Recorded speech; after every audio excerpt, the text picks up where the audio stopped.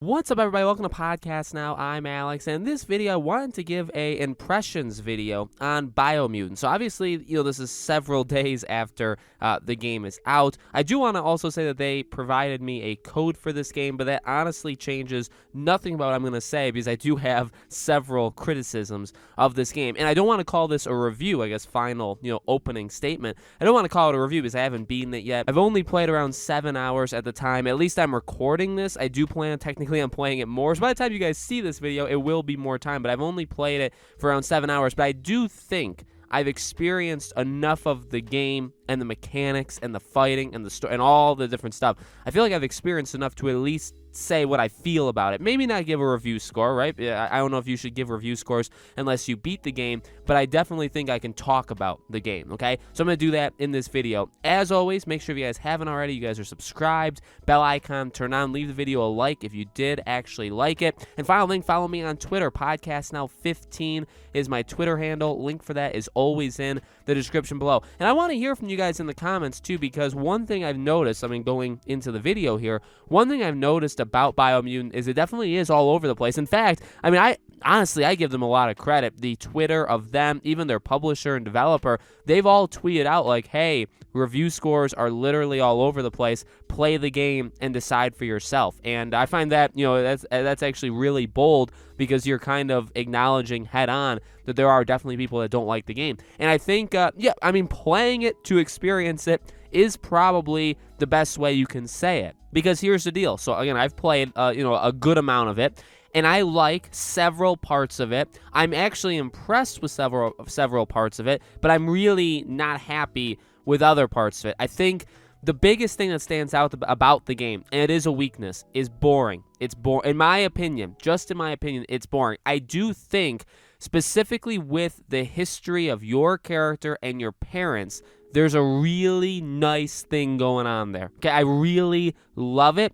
I love the idea of it. But what you're doing in the present is, I would say, downright maybe even I would go to downright atrocious, but it's definitely it's so hard to stay with it. And I do mean dialogue, and I mean just like story decisions. So one of the things I think, another thing that I guess stands out, and I'm just gonna rattle these things off. We will talk about positives, but one thing that definitely stands out, besides the boredom, but that helps with the boredom, is the conversations with people. So, it's much like any open world RPG. There's many people, many creatures, I guess, you can talk to, right? And just kind of learn about. And, I've been playing Mass Effect, and I obviously I played 2 and 3 back in the day, and I'm replaying them. I beat 1. I'm in 2 right now. And, I pride it on world building. It's so good with world building. It's so good with character building, and all that stuff. And you learn all that stuff. And yeah, not all of them are insanely amazing stories that you're like on the edge of your seat for, but they keep you, like, there's interesting enough stuff that keeps you into it. With this game, and maybe it's the delivery, because everybody doesn't talk. It's your kind of robotic creature that translates, because they kind of all speak different languages. It translates all the talk. So you hear them kind of just mumbling, that kind of like that jumbled up talk, which honestly I don't like when games do that. And then your translator basically says it. And it's not like an AI voice, but it sounds more like it, and it's just boring. And it'll go on and on and on. And I just find myself not caring about any of it. And the biggest issue, and I haven't seen reviews. I was trying to purposely, not look at them. One thing that I just found so outdated, or just like, I can't believe that the game messed this up, is your decisions. So, obviously, again, open world RPG, you get to make your own, decisions in terms of what you say back to them. They're never good. Now, sometimes they'll do one good choice, one bad choice, and then just one random choice, but that's actually kind of rare, mainly to advance the questions, or to advance, I guess, what the character is saying to you. All you do is repeat back to them. So, like, you'll have a dialogue, and it's literally like I have a first grader. She just graduated first grade. She's going into second grade. It's literally that, where there's a sentence, and then basically the questions are, different parts, like just taking 3 or 4 words of that sentence and saying it back at you, so you go back in the sentence and look at the answer, right? That's literally what a 6 to a 7-year-old does. I swear to you, because I did it with her this year. In the game, it's almost exactly like that. Your questions are just different parts to what they said, and they're statements, and they're not even good questions. Like, oftentimes when they're telling you a story, my next response is not to question a specific part that's very boring and I truly don't care about in the last text box that they said. But that's all the responses from your character ever are. So it's downright awful. So I would say that's probably the biggest thing. The biggest weakness of this game is absolutely its current day story, because the past story is actually pretty darn solid. The current day story and just the boredom in general. I actually really love the fighting. So going more to a positive, and we'll sprinkle more negatives in. The positives are the fighting is really good. It is. It's got, I love the dodge mechanics. I love the depth to it. I love the weapons that all feel different. I love, powering, like leveling yourself up and giving yourself new abilities, but it depends on what class you are. I love it. There's some, and that is honestly what keeps me going back. I saw other, websites or reviews in general kind of praise the enemy design. I think that's true too. The enemies are all very unique. They're all very different. They fight different, which is a really, really cool thing. So a lot of the stuff that has to do with fighting and learning those kind of mechanics are actually really good. But let me say this though. One small thing that actually becomes enormous that I despise, and this is another one of those small things that I don't know who's really talked about it. So when you're fighting, there's basically, and they don't say this, but there's like an invisible, let's say, circle around you and the enemy, okay? So like sometimes you'll fight enemies that are you're underpowered for. I've ran into enemies like that countless times.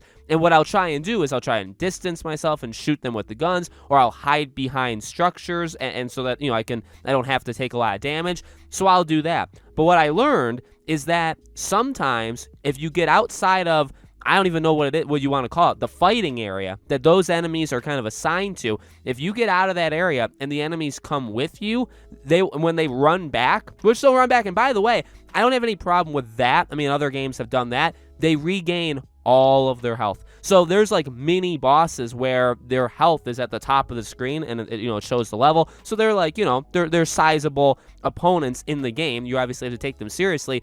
I remember, now I don't have the footage for this, but I remember fighting him and fighting like a group of like 7 or 8 guys, and there were so many of them and I was underpowered that I had to separate myself, kind of take them out one at a time. If they ran away from me, if I took them too far out and they ran back, they regained all their health. So the big boss guy, I got him down to like a quarter health. He ran back because I pulled him out too far. He regained his entire health. I don't know if this game was made 30 years ago, but that's not how you do it anymore. Okay, so things like that. I know I spent like 2 minutes telling that story, but that's kind of the point with this game. That's, I think, if I had to put it into words how I feel about this game, it would kind of be that. I like a lot of it. I like the exploration. I like the diversity of it, like the different areas and the different kind of clans, and even what you do is generally different. There is a lot of repetition. Some of the boss fights, by the way, are pretty darn boring overall. It's just not well thought out. It's way too easy compared to some other fights in the game, which are way too difficult. So there's a lot of balancing issues, but there is some real fun to be had in this game, and there's some real interest. It looks pretty darn good. Like, it's not the greatest looking game of all time, but how they're going for the look, I think actually they pull it off really well. So there's a lot to love, and I think that's why it's getting 6, 5s, 7s. It's getting propped up by all the really good parts, because the really good parts, you say, okay, I'm going to give you a 5, and I'm not going to do a review, like a score, but I mean, maybe I could if you guys want, but you could give it like 5 points immediately just for the good stuff, immediately, right? It's like, okay, you did this right, you tried this one worked for you, you immediately get a 5 or a 6, but everything else is really bad, and in my opinion, and why I've only played 7 hours, is just because this is not a game, like for Mass Effect, I beat 1 I think in 3 or 4 days. I played around 20 hours of it, and I think a little bit more in 3 or 4 days. I just went straight through. I would play 4 or 5 hours in a row. Mass Effect 2, I'm capable of playing several hours in a row, right? And good game. I think, in my opinion, now this is purely subjective. For me, I know when I'm connected with a game when I can do that. If I can only play a game for an hour and then I need to jump out to do something else and then jump back in the next day, that means to me that I'm not fully invested or the game doesn't have me. Whereas if I could play it for 5 hours straight, it's like, okay, there's something clearly there. Biomutant is that first one. I can't play this game more than 1 to 2 hours because there's stupid ways you die. The loading when you die to when you restart is the longest loading I've seen in like years. Okay, honestly, years. I know the PS5 has probably trained me to expect faster loading times, but it's a very long loading time if you die. So like you have small things like that. You have the things again like where enemies can regain their full health, but that's a big deal if you're fighting and maybe you die because the enemies regain their health in a stupid way. Like that makes you not want to do it. And then anytime you talk to anybody, you feel like you're going to fall asleep or you go on your phone to kind of disconnect from the game. And I just don't think that's like right there.